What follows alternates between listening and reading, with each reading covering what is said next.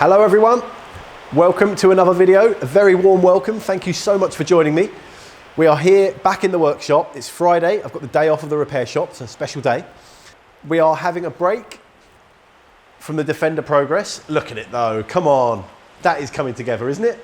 I hope you watched the last video where John came up and we put all that stainless steel cladding in. If you didn't, go back and watch it, catch up on the progress because it's looking good and it's coming on well.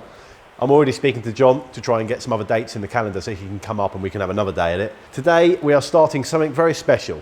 I got an email from Chris at Outline Displays. I love what you're doing with the Ranelagh stuff. I've been following along from the start. Absolutely brilliant, amazing stuff.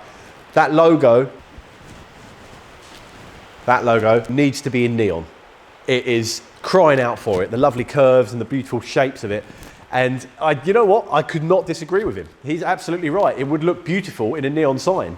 And so it got me thinking. We started chatting a few weeks now. We've been sort of back and forwards with some different ideas of what to do and how we're going to do it. I've got so many signs around the workshop. I thought it's only right that we have a Ranelagh sign. And Chris has very, very kindly offered to take us through the process of making the neon sign. Now, if you're not familiar, I was very keen to do this video. As soon as I got speaking to Chris, he makes, or they, his company, so Chris's company make traditional neon signs. Then that is not the plastic LED stuff that you see in supermarkets and shopping centres now. These days, everyone calls that neon, but it's not. I feel quite passionate about showing off the traditional craft. Making neon signs out of glass tube has been around since the 20s, maybe, the 1920s. It's a very, very difficult thing to do, very specialised, very niche. People spend years training to do it. You need a lot of specialist equipment to be able to do it, and there's very few people left in the country that are actually doing it. So I thought, hey, Chris has kindly offered to make us the neon tubes. It'll be a separate video, but we will go down to Chris's workshop and see him making the neon, bending the neon tubes. It's a fascinating process. I know a little bit about it from my set design days. I've sort of made a few neon bits before, but not the actual glass tube. I've never been and actually seen that being done, but it's basically straight pieces of glass tube and they heat it up over little Bunsen burner, kind of gas burners. You sort of blow through the end to keep it round and then you bend it around. And then once it's finished, you sort of purge it and fill it with a gas. It's more complicated than that. I guess we need Chris to explain it, but basically it's an awesome process that we're gonna get to see. But that gave me an issue. So I was just like, I can't just have neon glass tube on its own. That needs to be held in something or on something, or it needs a backing or something like that. So I was like, you know what? Bearing in mind, I'm hoping to end up with Ranelagh doing little stands and taking it around and showing it off at car shows or fairs or maybe places like Goodwood, Revival.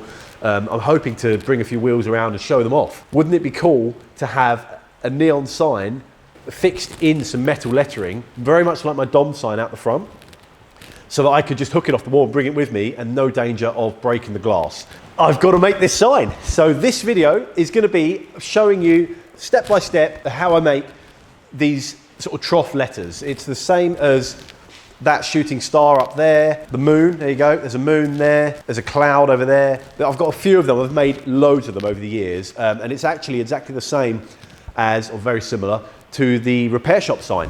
That I've made, if you're not aware, I designed and built the repair shop sign that's hanging out the front of the barn. The way I'm going to make this Ranelagh sign will be exactly the same as the way I've made the repair shop sign. So if you're interested to see that journey and how it's made, I've cleared the arena.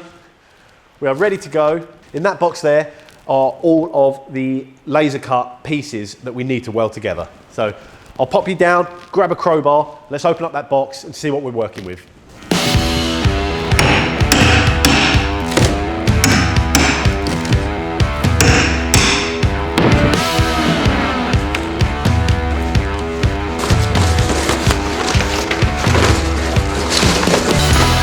Oh, here it is.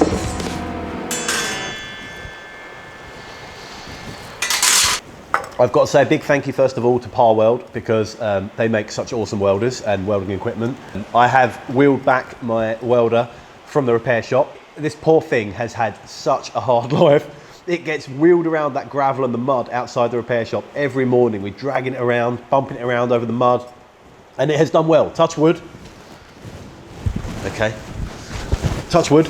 It's been okay, it's been really, really good. And it's gonna be really handy for this particular sign because it's easier to MIG weld some bits, but then some bits it's neater to TIG weld. So I'll be using both. And the beauty of this machine is I've got both gas bottles on it. It's set up for both welding processes. It gets fiddly.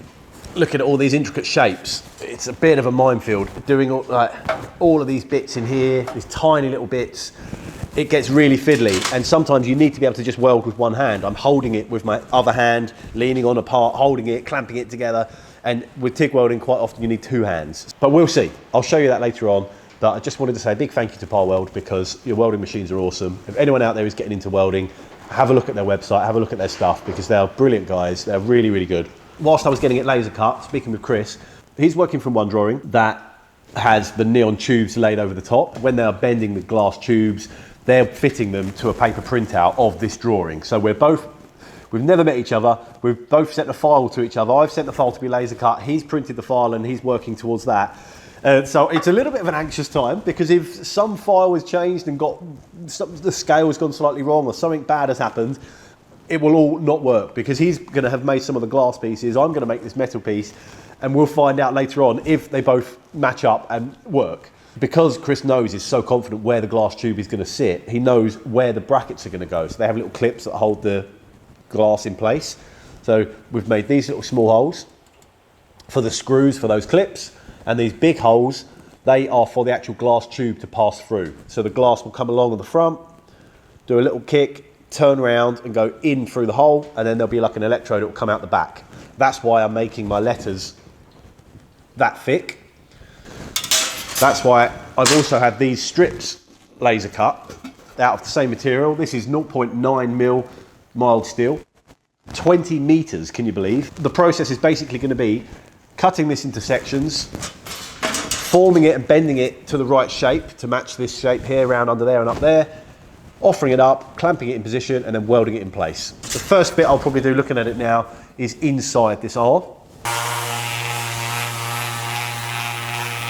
All I'm doing is sanding down the inside face. With this band in the middle, is somewhere in there is where I'm going to be welding. So whilst it's nice and flat and easy to do, each strip I'll just whiz the sander over it, give it a quick sand, so I've got a nice clean surface to weld to. So that is the height. From there to there is going to be the height of the front of the letter. So I can scribe that mark along my piece.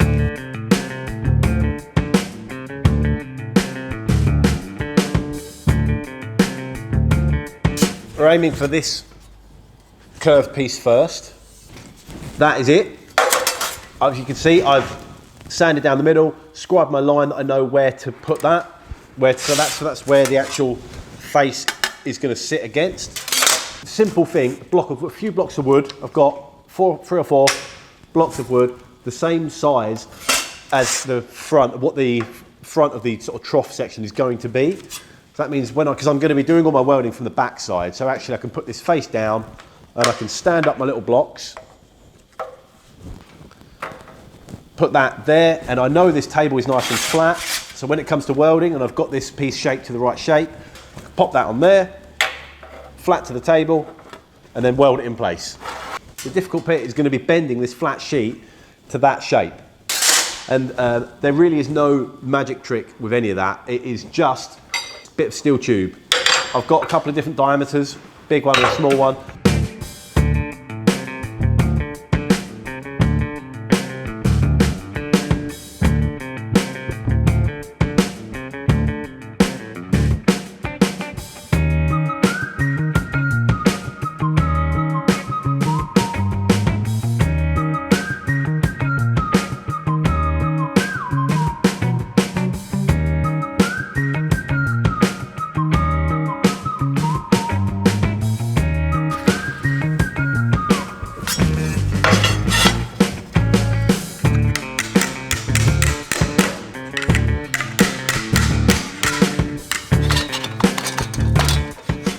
First piece, done.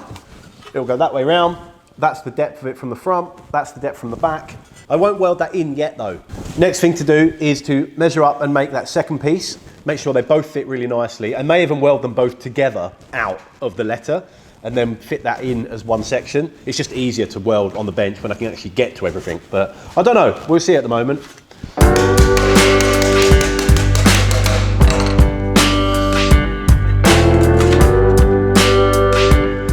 Okay, next piece that I'm tackling is this long one here, long sweeping curve.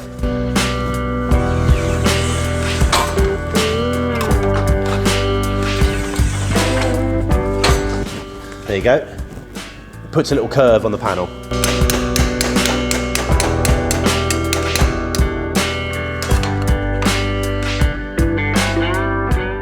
This was a fiddly one.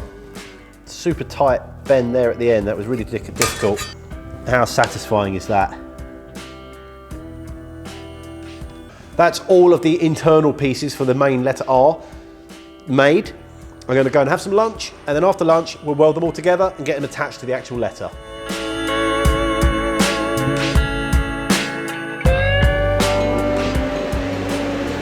The most important thing to keep things clean.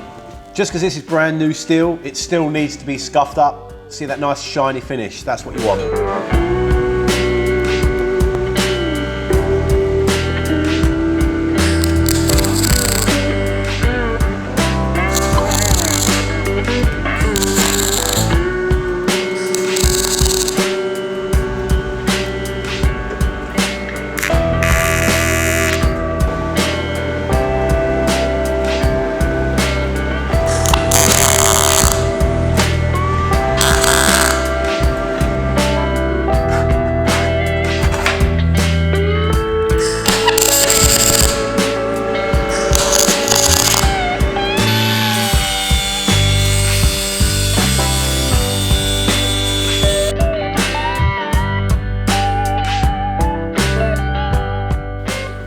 So I'm just basically working around the same process, going all around the outside of the letter. It's getting there, isn't it? So these aren't welded on at the moment. I'm still at the position where these are all individually shaped bits. And then that top one, that was a pain, that top one. So we end up with sort of like obscure shapes like that. So I've just got this piece here is the last bit, which is going to go up from there, bend around here, up here, fold there on the folder, and then up to there, meet that one. You have to be quite careful with where you start and where you fold and how far around the letter you can get in one piece. Obviously, the further you get around in one piece, the better, because the less amount of weld you have to do. But the more folds and curves and bends you have in one piece, the more complicated it gets. So there's a sort of a seesaw, a bit of a fine balance between getting around far enough for speed and efficiency to get it done, too far, and then you end up just coming, sometimes you can't bend it because it comes in on itself and it's too long. You just have to cut it off and start again. So.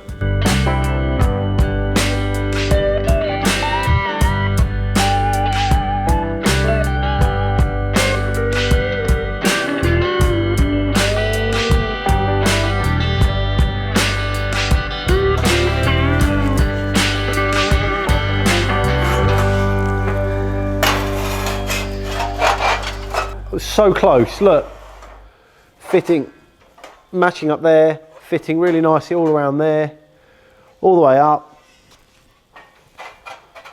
That would have, I was just about to bend that in, and it's too short. I'm missing a piece. That is not helpful. And also, because I've already bent the material, that is a waste of material. What do I do? I guess my options are make another piece, start again, or just weld that section in. But then it's going to be a whole nother. I think I'll just weld that piece on the end, because otherwise I'm going to run out of material, because that's nearly a 700 mil there. That's quite a lot of material that I've done. I can't really afford to waste that much. So I'm going to just weld a little bit on the end and pretend it never happened. Shh.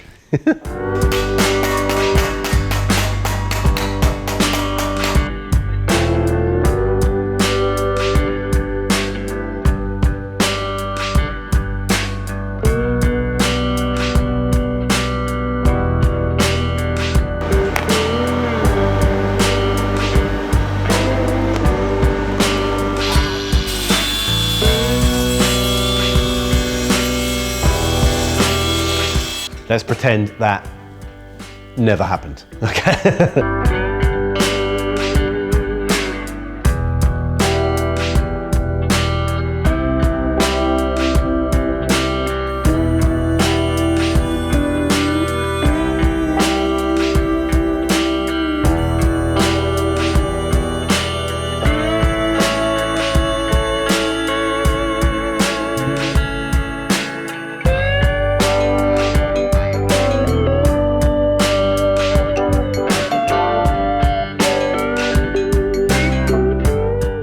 That is the end of the first day. I've got a letter R, and that's the biggest, and I want to say most complicated. I hope the most complicated. It's definitely not my best, but I think I'm rushing. I'm just trying to get this done. But there's a few gaps that I'm not happy with. There's a few little bits. You know what, on the whole, I'm actually really quite pleased. The R is really, really fine and intricate. I can't even get the welding torch in between some of these areas. It's really intricate. I've really enjoyed it. I'm knackered. So hopefully tomorrow is Saturday. I'll be back first thing in the morning. I want to get the whole thing done, standing proud on the bench, so that we can sign it off as it's done, and then we can go meet Chris at the neon shop and put the glass in it.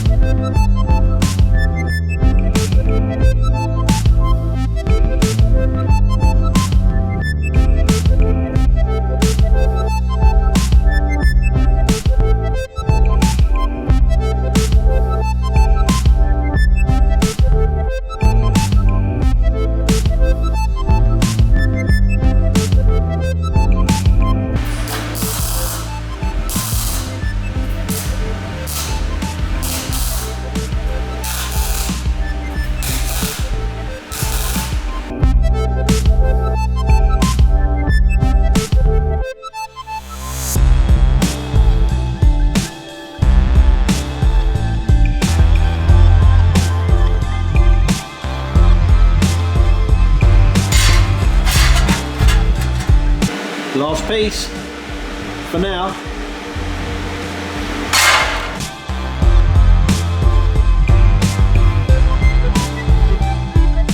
I'm done. It's now nearly 8 o'clock at night. I'm knackered. It's so nearly done. It's so nearly finished, but it's beaten me.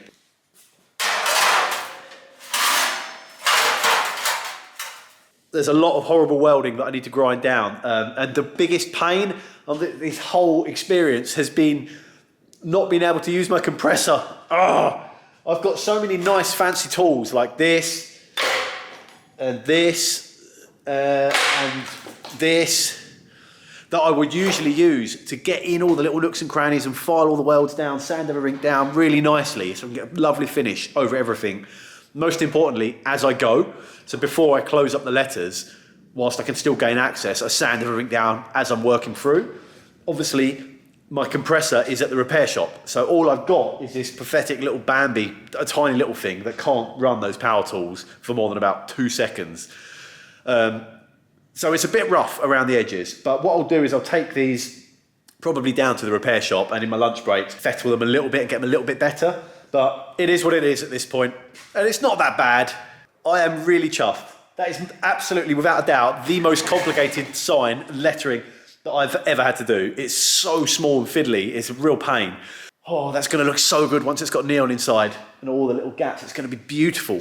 Over to you guys then. What finish do you want for the sign?